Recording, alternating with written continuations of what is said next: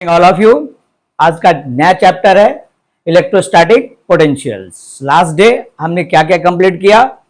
Force, field, Gauss theorem, और आज हम डिस्कस करेंगे इलेक्ट्रिक पोटेंशियल के बारे में। What is electric potential? अगर सिंपल मीनिंग में आपसे पूछूं मैं कि what is the meaning of potential, तो पोटेंशियल का मतलब आप बता सकते हो कि that is a capability of the doing work. जिसका पोटेंशियल ज्यादा है डेफिनेटली उसके अंदर काम करने की क्षमता ज्यादा है। ठीक है, जनरल भाषा में हम कहते हैं कि देखिए उसका पोटेंशियल ज्यादा है या उस स्टूडेंट का पोटेंशियल ज्यादा है। इसका मतलब क्या है? वो बच्चा ज्यादा देर तक अपनी स्टडी कर सकता है, ज्यादा देर तक किसी भी काम को दिया जाए तो ज्यादा देर तक वो कर सकता है।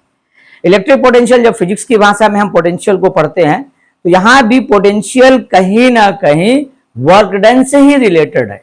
ठीक है, तो इलेक्ट्रिक पोटेंशियल का मतलब क्या है, इस चीज को आप जरा समझेंगे। What is electric potential? Electric potential at a point is defined as the amount of work done to move a unit positive charge from infinite distance to the electric field. कहने का मतलब है कि किसी भी यूनिट पॉजिटिव चार्ज को हम अगर एक इनफाइनाइट डिस्टेंस से, ठीक है, एक पर्टिकुलर पॉइंट तक मूव कराते हैं तो जो वर्क डन करना पड़ता है उसी वर्क डन को हम बोलेंगे that work done is known as a electric potential। अब जैसे यहां पे एक मैथमेटिकल एक्सप्रेशन है आपका V equals to W upon Q naught. इस जगह पे अगर मैं Q नॉट को एक यूनिट पॉजिटिव चार्ज की तरह ट्रीट करूं तो आप बोल सकते हो V इक्वल टू क्या है? W। इसका मतलब क्या हुआ? फिर से एक बार समझेंगे। Electric potential at a point, किसी भी पॉइंट पे इलेक्ट्रिक पोटेंशियल को डिफाइन करने के लिए electric potential at a point is defined as the amount of work done, defined as the amount of work done in moving a unit positive charge। ध्यान रखोगे, जो चार्ज मूव करेगा वो हमेशा यूनिट पॉजिटिव चार्ज ही होगा। Unit positive charge from infinity to that point, जिस point पे हम पोटेंशियल निकाल रहे हैं उस पॉइंट तक उस यूनिट पॉजिटिव चार्ज को मूव कराने के लिए जितना हम वर्क डन करेंगे that work done is known as the electric potential. Okay, अब हमारे पास एक इंपॉर्टेंट क्वेश्चन आता है कि sir how we can find the value of electric potential at that particular point due to a positive source charge as well as negative source charge. क्योंकि जो charge हमारा मूव कर रहा है वो तो हमेशा यूनिट पॉजिटिव चार्ज होगा, लेकिन पोटेंशियल कैलकुलेट होगा due to the value of the source charge. तो इस चीज को अब हम इसके डेरिवेशंस को देखेंगे कि electric potential due to a point charge की वैल्यू हमारी क्या होगी। तो जरा देखते हैं what is the value of electric potential due to a point charge. So here electric potential, the first topic of this chapter is electric potential due to a point charge. एक point charge की वजह से electric potential की value क्या होगी, इस चीज को समझेंगे हम। हमने अज्यूम किया यहां पे हमने एक पॉजिटिव चार्ज प्लेस किया, this is a source charge. इस सोर्स चार्ज के किसी एक पी पॉइंट पे हम पोटेंशियल को कैलकुलेट करना चाहते हैं। ठीक है, तो वो पॉइंट पे हमने सोर्स चार्ज को प्लेस किया, पी पॉइंट पे हमें पोटेंशियल कैलकुलेट करना है, तो ओ से लेकर पी तक का डिस्टेंस आपका क्या होगा? That is R. ठीक है, अब अकॉर्डिंग टू डिफिनीशन हम एक यूनिट पॉजिटिव चार्ज को कहां से मूव करा रहे थे जी? हम एक यूनिट पॉजिटिव चार्ज को इनफाइनाइट डिस्टेंस से मूव करा रहे थे। ठीक है, तो अब जब हम किसी भी यूनिट पॉजिटिव चार्ज को इनफाइनाइट डिस्टेंस से मूव करा रहे हैं तो कहीं ना कहीं किसी इंस्टेंट में उस यूनिट पॉजिटिव चार्ज का पोजीशन कहां रहेगा? ए पॉइंट पे रहेगा। तो इस जगह पे हमने क्या जूम कर लिया? This is x. ठीक, अब ये जो पोजीशन आपको दिख रहा है, इस पोजीशन पे ये चार्ज आपका क्या पॉजिटिव है, और यहां हमने अज्यूम किया हम Q नॉट को मूव करा रहे हैं। किसको मूव करा रहे हैं? Q नॉट को। तो ये पॉजिटिव है, ये भी पॉजिटिव है, इसका मतलब पॉजिटिव पॉजिटिव की वजह से फोर्स किधर लगा? बाहर की तरफ, that is outward.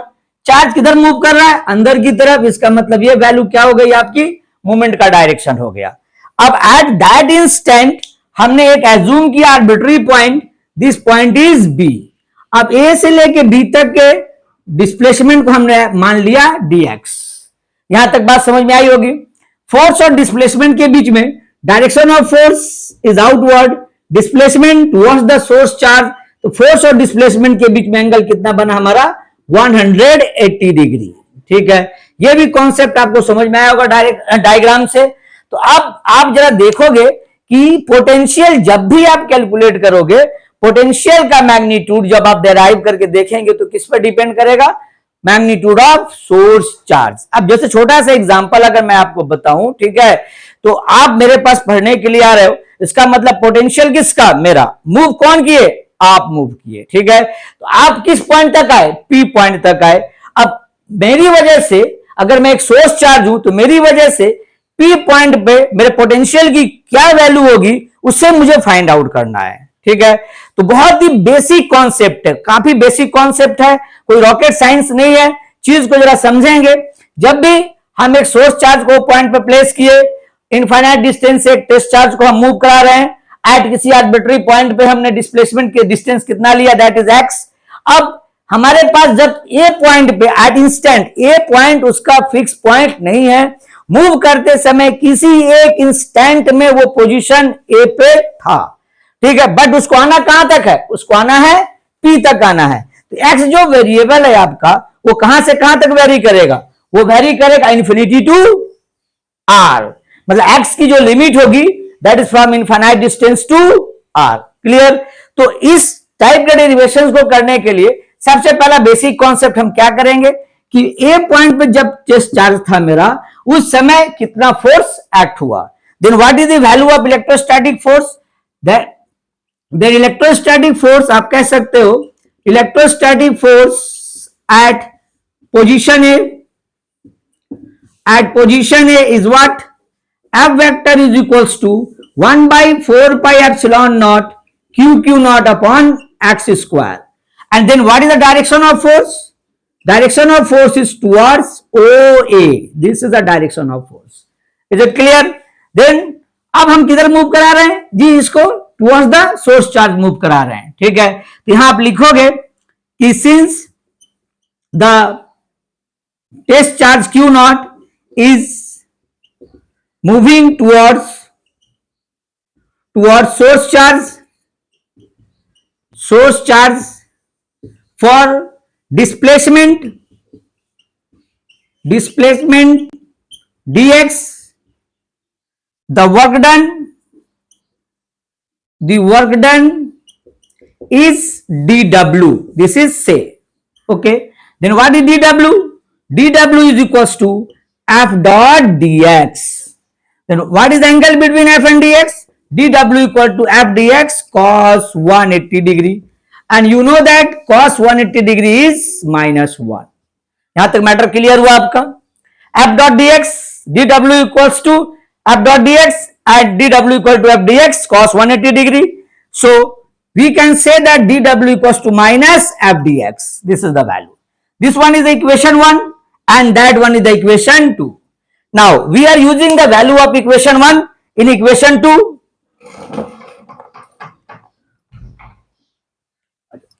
So value of equation 1 in equation 2.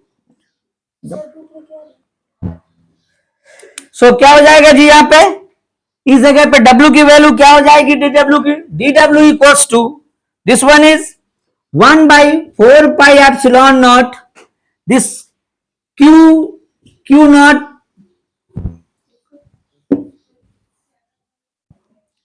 value of dw is 1 by 4 pi epsilon naught q naught by x square. This is dx minus sign here, ठीक है। अब चीज को जरा समझोगे, यहां पे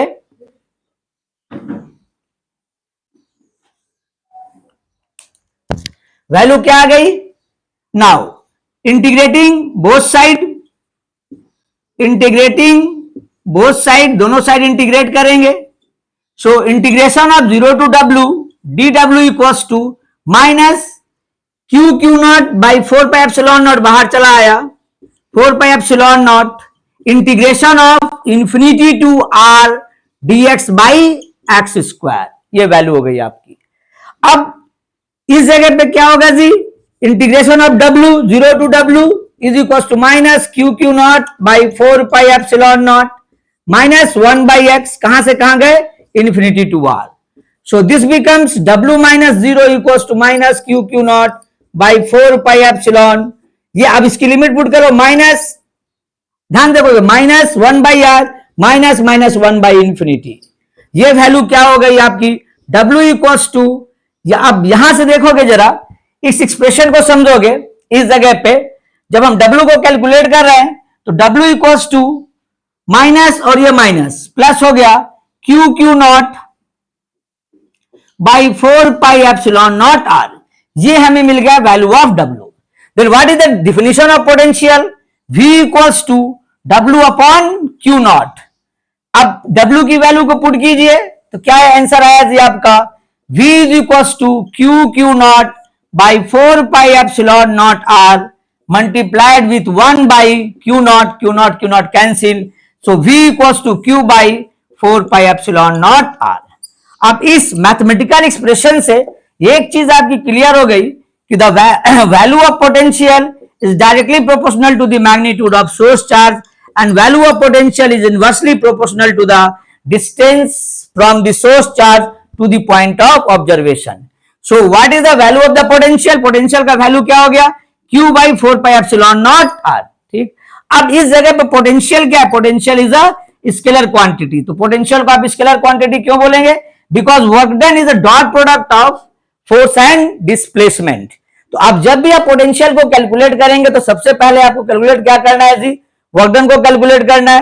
वर्कडन को कैलकुलेट करने के बाद आप क्या करोगे? Basic definition, potential equals to work done by magnitude of test charge.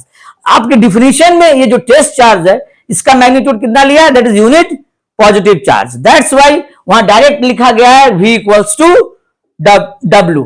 But आप जब मैथमेटिकल डेरिवेशन करेंगे तो आप टेस्ट चार्ज के मैग्नीट्यूड को लेके डिफिनेशंस को डिफाइन करेंगे। V equals to W upon Q naught को डिवाइड कर दिए, यहां पे क्या हो गया V equal to Q by 4 epsilon naught R।